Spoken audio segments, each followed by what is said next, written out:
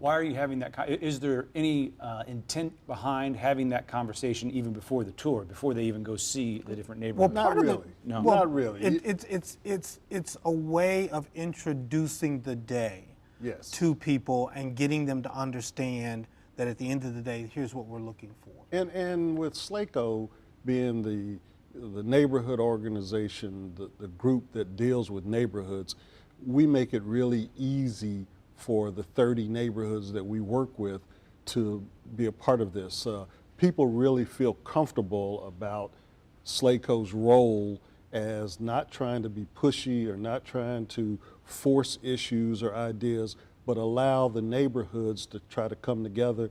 So when we were able to explain what we wanted to do to our neighborhoods, they were like all in favor of it because they knew that SLACO kind of brought that safe haven where they wouldn't have to worry too much about being pricked a whole lot. But people are actually looking forward to talking to somebody that they probably never would talk to before. Actually visiting the neighborhood of a neighborhood that they've never been in, or a neighborhood that they never probably will go into. Now that they've visited that neighborhood, now that they've talked to those people, they want to continue those relationships. So it becomes my job to try to figure out a way that we can do this again and again and again, to try to bring in additional neighborhoods, but to also allow those neighborhoods that have started talking to each other to continue the conversation. So we feel it's a great thing. We feel it's a great thing. And just so everybody's understanding, they're actually then get on a bus and go visit, and then each neighborhood gets to kind of show off their neighborhood, give it a little tour to the other folks. Is that fair? Absolutely, Good yes. and bad. Good and bad. Okay, they're going to see some vacant properties. They're going to see why, and this works kind of through the CREA deal, is that it's about housing as well. They get to look at the housing stock that's in a particular neighborhood. They get to actually visually see some vacant properties that are there. And the conversation is, well, why are these vacant? And my neighborhood, we don't have any vacant properties. Why is that? Okay. Then they get to see where, well, I heard here that the property was really run down and bad, but I'm looking, I see some nice buildings here. So there's some real open discussions when it comes to the housing stock. We talk about the parks, why this park looks as good as it does, why this park maybe looks as bad as it does.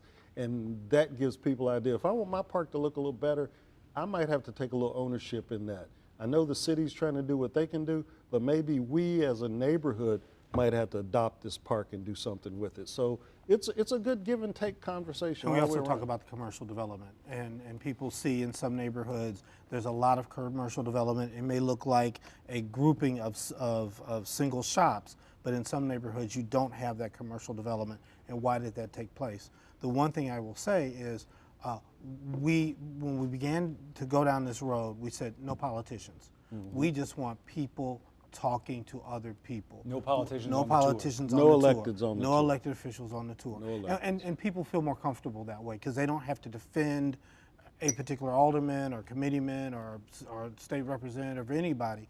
It's just people talking to other people. Did you have to go out, drum up some interest in this? Was there an advertising campaign behind it, or did people? SLACO did a wonderful really. job. They really SLACO, did. Was there a pent-up Yeah. desire to some degree? When we came out of the 2014 conference, which we'll be holding our 21st annual conference October 29th, it'll be at Harris Stowe State University. When we came out of our 2014 conference, that was a big issue that the neighborhoods wanted to see happen. So the interest was there.